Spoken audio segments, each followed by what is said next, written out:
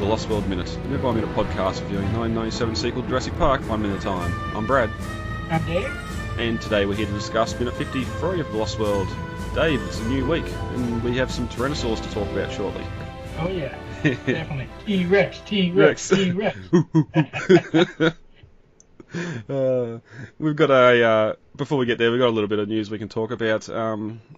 Word and rumours going around plenty online at the moment that some sort of trailer is all but confirmed for November. So we talked a little bit. We talked a little bit last week or the week before that we're looking forward to a trailer, but just don't give us a teaser for the teaser. Yeah, really. Yep. I'm excited to see the trailer.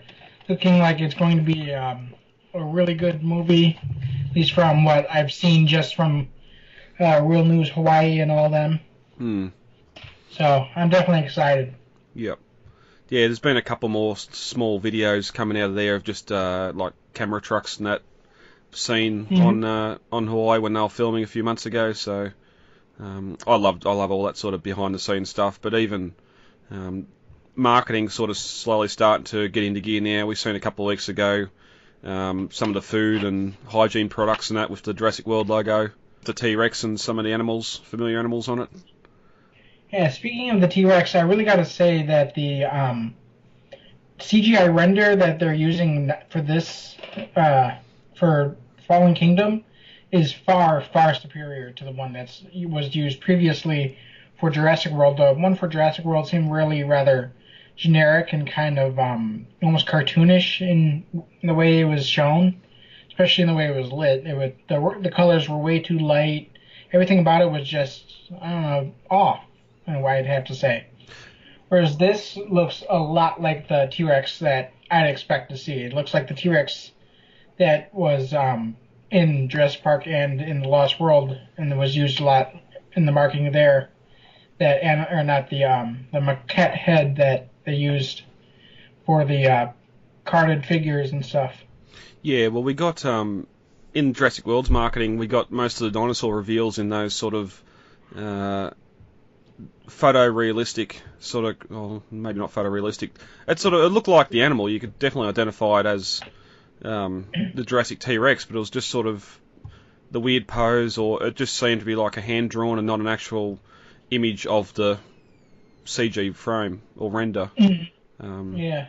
And for what we've seen with especially Blue and the T-Rex on some of this packaging, it just looks a lot closer to like the CG stuff and not just an artist's impression of it. Yeah, really.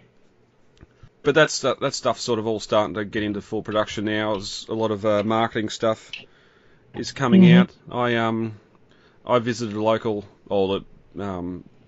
big shopping centre, a big mall in the capital city here this weekend just gone, and they still had the big animatronic T-Rex and Jurassic World stuff up from when Jurassic World came out, so I seen it from across the way and thought, oh my god, they've got Fallen Kingdom stuff out already, or some sort of marketing for it, and ran across and realised, no, it's the same.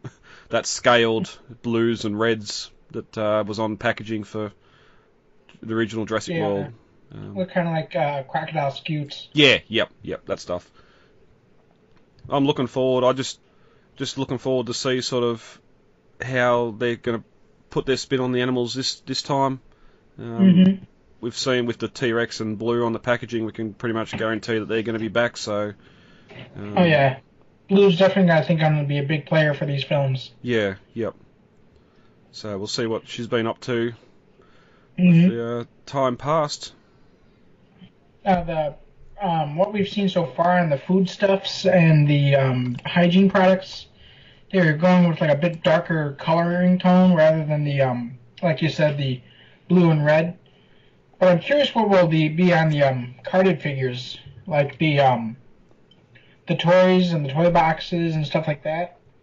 Because the Lost World had a really cool scheme with that kind of funky green and palm leaf foliage theme going on with the warning tape. Oh yeah, the warning tape was one of my favourite parts about the packaging for the Lost World. It didn't really, I suppose it doesn't really make sense, but it looks cool. It's easy to identify. Definitely. On all the So boxes. I'm really looking forward to see if they're going to go for some kind of like dark forest kind of look on the toy packaging for Fallen Kingdom. Yeah. Yeah, and the logo itself, just that crumbly logo, I'm warming up to that even more and more. Just it makes more sense than what the Lost World logo was, because it shouldn't have been the Jurassic Park logo. But yeah, I'm just loving that, and just want to see how they incorporate that onto a lot of the other packaging as well. We've got there's I think Comic-Con in November, New York, or Toy Fair in February. That'll be the two where we might start seeing some stuff. If they're going to try and get stuff out before Christmas, then New York Comic-Con is where we might see some reveals.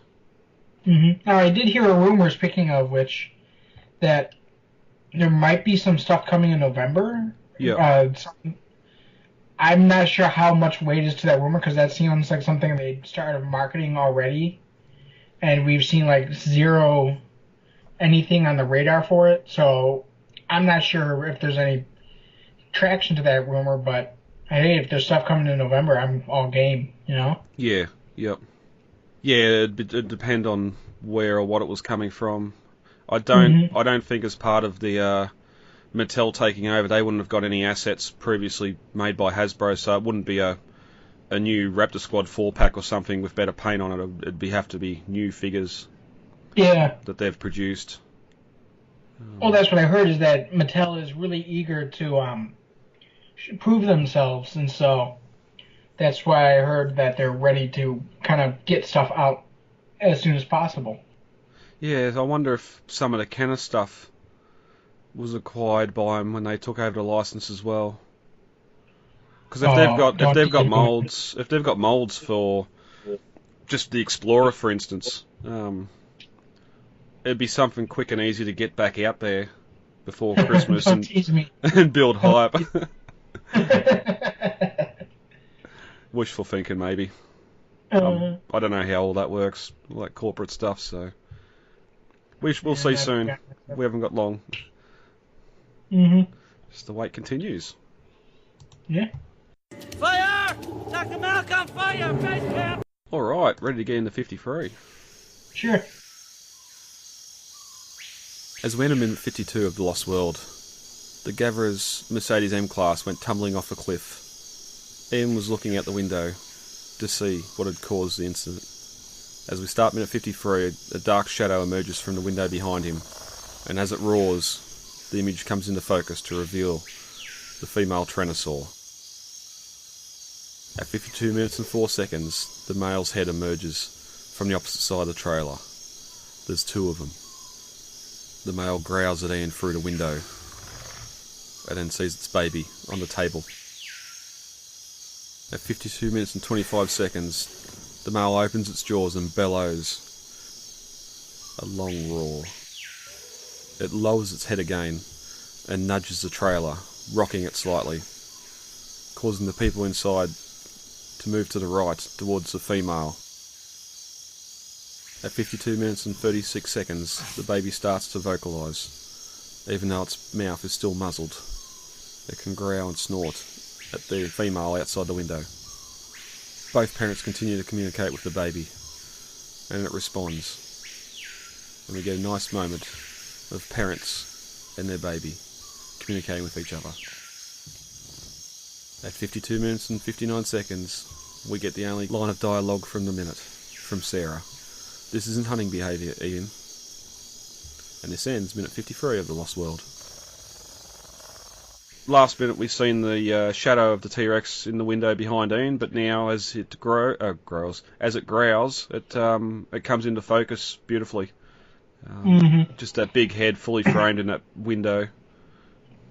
Yeah, I love the T-Rex head framed in this window here, the way that the humans are kind of the ones that are actually behind bars away from the T-Rex, instead of the T-Rex being behind bars away from the humans, you know? Yeah, yep.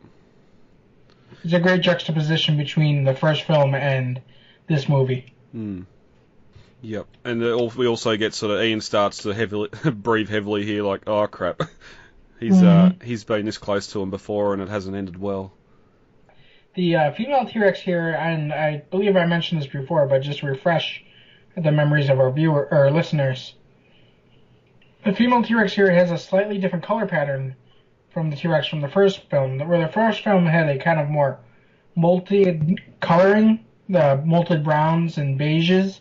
Yep. The female T-Rex in this movie has more of a distinct striping pattern over the snout and along the back. Mm-hmm. And so it's more of a flat brown instead of a molted brown. Yeah, well, that's the female's the first one we see here out the window. Mm-hmm. Okay, because we cut to the opposite side of the trailer, and the second Rex head appears, and one thing I do like when this one comes on, you can see a clear scar sort of on the animal's between its nostril and its eye. Mm-hmm. Something I'd be interested to see if it carries on for the rest of the film, if that scar's there. I assume it would be. Oh, it definitely is. Yeah, because those scars are, except in some forms of the CGI model. Depending on the CGI model they're referencing, the scar is there and sometimes it's not along the snout. Yep. For the first time, I just noticed that as the male's head comes down, you can see the thigh of the female kind of in the background past the trailer there. Mm-hmm. Yeah, this is where I'll crawl back in my little hole, because as much as I love this film, and even these films, identifying the difference in the species is something I haven't really looked a lot into. No, I obviously know that it's a male that goes to San Diego at the end, but just if you put those two side by side, I wouldn't be able to tell you what the difference was. So it was one thing coming into this that I really wanted to find out. The main difference between the two is that the male has scars along its snout and is a distinct green color with a beige coloration on its fenestra there, the snout, and yellow striping along the back striping on the back. Yep. And it's also they retooled the head a bit so that the brow, the ridge of bone over its brow, is much more bony and kind of bumpier. With the snout as well. Yeah, I have noticed that before, that larger brow over the eye. Mm-hmm. And one final thing that they did with the male is that they redid the sounds for they actually redid the entire sound design on the male. Yep. Instead of using baby elephant as the base, they used baby elephant-like sounds like capybaras and weird Costa Rican animals that they all picked up at a zoo in San Diego, I think. And so the male sound is a much deeper, bassier, and even more gravelly kind of sound, where it kind of has more of a growl to its roar. Oh, yeah, yep. Nice. So yeah, the male on here comes up on the left side of the trailer.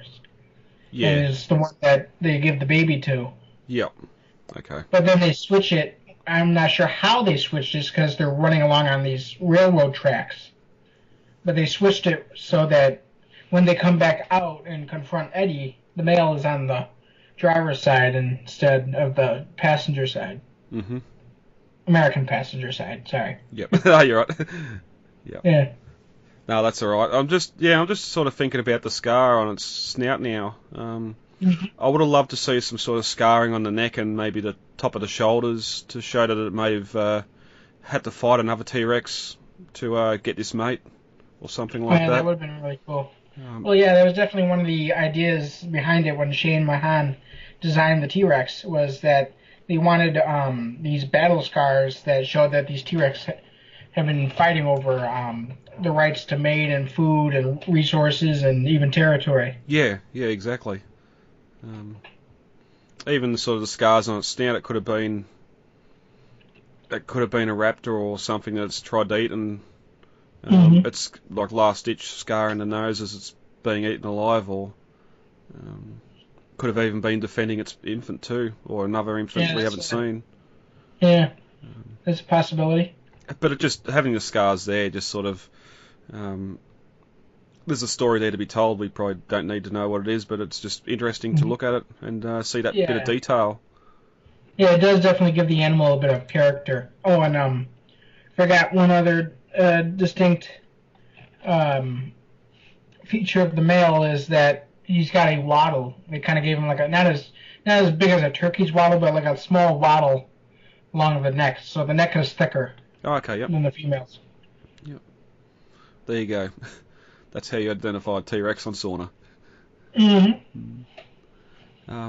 But we there's one sort of little geography issue here because you've got both Rexes at the very last window of the trailer, facing forward if you're to walk along the trailer. So they're pretty much tails are hanging out over the cliff. There is actually a bit of weird geography going on with the trailers, because in the when we see the trailers over at Patrick's Point, they're parked alongside, like sideways along with the cliff. Yeah. But then when they built the set so that the gimbal trailer could overturn and be pushed directly over the cliff without having to turn anything. Yeah. Yep. Yeah, so a little thing there issue because of the change in location with our filming. Because once it's upside down, rolled and upside down, it's on top of that parking structure at Universal. But because also too assuming that the male's on that side, he must have been the one that flipped the M-Class over the cliff. But see, then he's at the cliff's edge, so. You would have thought you'd see him walking past the windows as Ian's out there looking before the female comes down to the other window, but it's okay. We've got two T-Rexes here on the scene. Two of them. This is the reveal that there's a second one, so it sort of just makes it makes the sort of danger of the situation a little bit more. And we see that when we cut back inside the trailer and Ian sort of buries himself in that back corner, trying to stay out of their sight, where Sarah and Nick are just standing by the table with the infant. And that's another thing I like, is that these two giant predators just come right out of the darkness and come right out of the rain, in fact. And so it creates a very kind of spooky effect that these two giant predators, you can't even see them coming if they don't want you to. Yeah. Well, that's it, and it was one of the things shown early on in Jurassic Park, where if the T-Rex was coming, you'd see the ripples and all that sort of thing, and a lot of people were upset at the end of the movie because it turned up all of a sudden without alerting anyone to its presence. But same thing here. There's no ripples; they're just there. We obviously seen them with the high earlier, but no one in the trailer sort of had any idea what was about to happen. But we do get that little ripple callback later on in the creek bed, and it's nice and subtle there. It's sort of, we know what it means, Ian knows what it means, and but we'll get to there. We get a nice little cut or slow pan here from the female to the male through the trailer as they're sort of cooing and moaning, or not moaning, but growling at the baby as it sort of fully comes awake. And again, you get the animatronic here acting great against the big animatronics outside the windows. It was also really cool that we get this kind of shot that these animals aren't, like Sarah says, they're not really hunting. They're kind of just investigating what this new thing is in their territory. Yeah, and why is there a baby inside it?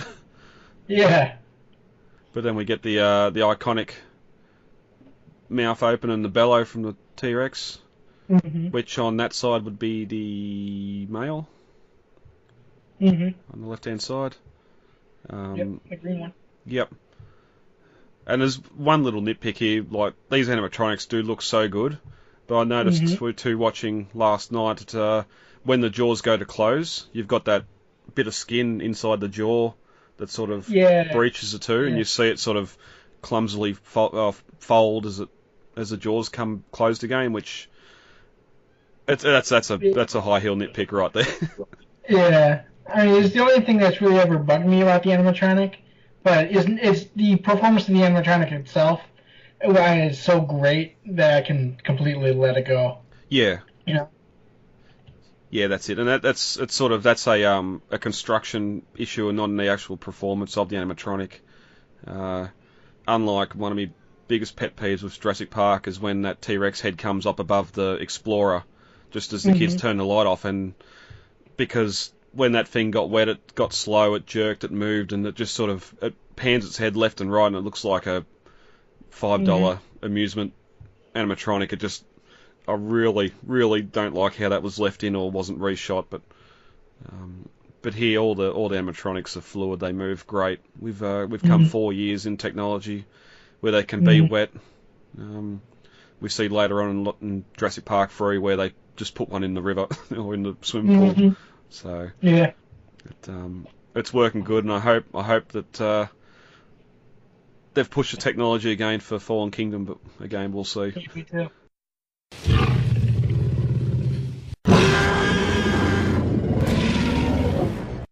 Then we get the male nudges the trailer and causes the three humans to sort of all stumble to the left or to the right, where the female sort of roars and nudges the trailer back. A good little thing here, both adults are sort of testing what the trailer is. Yeah. Well, that's really I think that they do a great job of showing different behaviors in the T-Rex in these movies. Because in the first film, like the main road attack, that's not an attack at all. It's very exploratory in manner. T-Rex kind of just comes slowly grumbling out of its enclosure, not really caring that much. Gets attracted to the Explorer by the flashlight, and then just looks at it. It's like, oh, what's this thing? Yeah. You know, starts nudging at it like the T-Rex do here. Kind of just investigating, testing what this new toy is. And flips it over and starts chewing on it like it's a chew toy. I mean, it's not hunting at all. And you look at when a T-Rex hunts, when you see the T-Rex hunting the Gallimimus, it's like 4 seconds from the moment it springs from the tree line and it takes down and starts taking down a Gallimimus. Oh yeah, it knows what it wants to do before it bursts out of the foliage. Oh yeah, it's very quick. It's a blink of an eye. Yeah. And there's a huge difference between a T-Rex hunting and a T-Rex just kind of investigating. And so when it's not exactly attacking the trailer here, at least not yet. But it's if that T-Rex wanted those humans for lunch, it could easily take it apart and just kind of smash into it and trash it like it does the M-Class. Yeah. You know? Yep. I mean, think about how quickly the T-Rex tears apart the M-Class and picks Eddie out of it. If you wanted these people, he could have them. Yep. You know? Yeah, and it's sort of going from one of my disliked parts of that scene to like parts is once the T-Rex has the Explorer on its side or on its top, and it sort of just nudges it and it's, hey, you in there, to Lex as she's screaming, or to Tim as she's screaming, and it sort of does that vocalization, sort of like, hey, I want to eat you. Come here. Squeaky toy. Yeah, yep. Like a puppy with a squeaky toy, you know? Very large and very dangerous puppy, but, you know? Yep. And then we get the both adults sort of cooing that to the baby, and just a heavy rain falling on the heads and beating down the windows, and the baby starts to respond back to it as well, and it's just great here. There's no dialogue whatsoever. It's just pretty much a full minute of the T-Rexes sort of communicating with each other and the baby.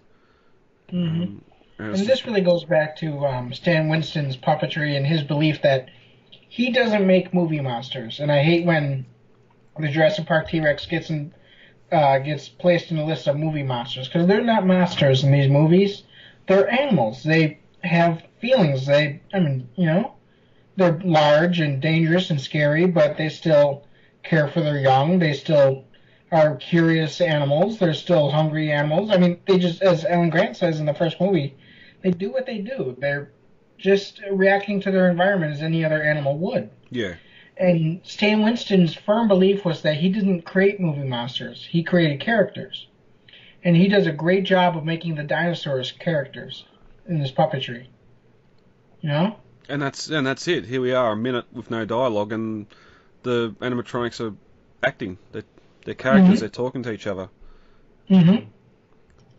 And I could just imagine being on set when they're going to work like this, and you're acting with them and against them. It'd be awesome. Yeah. Instead of being on a green screen. I mean, no offense to the work that CGI artists do, and they do a great job, but there's just something about interacting with a practical effect that is so special, I think. Yeah, I definitely agree there. Because, I mean, they might be puppets, but as Stan Winston also reminded the cast and crew, you got to give them their space. They do have the hydraulic capability and power to crunch you. These animals or animatronics should be treated like they're the real animal and should be given their due respect. Yep. Because they're dangerous pieces of machinery if mishandled. Well, that's it. We'll get to a little bit later on where Burke comes face to face with one, but they removed the teeth from the animatronic just so if it didn't glitch and bite down through his arm, because that animatronic actually pulled him out of the water. And there was also the very last scene they shot with that particular animatronic because Sam Winston didn't know how it would go, and he actually had it go in reverse. I believe they shot that part in reverse where they actually have the T-Rex head coming out of the waterfall instead of going into it because they couldn't see the people behind that waterfall. Yeah, yep. Just stick the head in there and squash them up against the back of the set. Yeah, well, because there was that and just the fact that there was going to be water pouring on that head. But we'll get to that a little bit later. I'm pretty sure too where it pulls Eddie out of the M-Class, that's again real person being pulled out by the animal. It's not CG until they do the little flip. You can see. Yeah, you can see in the behind the scene videos how they did it. They strapped a thing to I think I can't remember if it was Richard Schiff if they did it or if it was just a stunt double. I'll have to re-listen. I'll have to re-listen. The Jurassic Cast podcast done an interview with Richard a couple of months ago. I'll have to have a listen and just see if, because I remember he talks about being in the M-Class while the both animatronics are sort of moving back and forth over his head and just he's sort of the awe of it. Just having those two animals there. And again, another scene where the puppeteers had to be very precise because they were all behind the foliage there. They were all behind the set fake plants, and so they couldn't see where the T-Rex was directing. They had to watch it all on a video feed. Yeah, and that's one big thing people don't realise, that not just this, but other movies as well, where they got animatronics, the puppeteers have to be completely out of the way. We've seen one photo come out for Fallen Kingdom, where you got 5 or 6 guys under a floor, operating something above. We don't know what that is, but they're operating something on a false floor above them, and the only way they can sort of see the practice and all that sort of stuff, but they've got a video monitor there so they can see what the outcome is of their actions. Yeah. It'd be an incredibly hard thing to do, I'd imagine, but it would be. I'm sure it's probably like operating a drone through and all you have is the camera view of it, you know? Yeah, yep. You can't see the drone. All you can do is act on what the camera shots that you have of it is doing. Well, even then there's delays and you can only see in one spot. You can't see behind you or... Right, exactly. It gets fun. But lastly, we finally get our only line from the minute, and that's Sarah to Ian. This isn't hunting behaviour, as you said earlier. It's just, and we'll get in the next minute. They're not hunting; they're searching, which they've found what they've come to, what they're searching for, and now we find out what happens Mm-hmm. when they get to it. But anything else on 53 you want to bring up before we end off for today? I think we filled that minute out pretty well. Yeah, as we said, it's like only one bit of dialogue in this, and just the adults sort of going back and forth between them and the infant, and for the most part, I feel it worked really well. Mm-hmm. All right. All right, guys, let's get the hell out of here. Contact details are on the website, thelostworldminute.com. You can email feedback to thelostworldminute@gmail.com, Facebook, The Lost World Minute, Twitter @thelostworldminute, and Instagram, The Lost World Minute.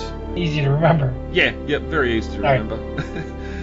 David, thank you for joining me for this record. Welcome. And we'll be back. I've been Brad. I'm Dave. And we'll talk to you all later. Goodbye. Talk to you later. Bye. It is absolutely imperative that we work with the Costa Rican Department of Biological Preserves to establish a set of rules for the preservation and isolation of that island. These creatures require our absence to survive, not our help.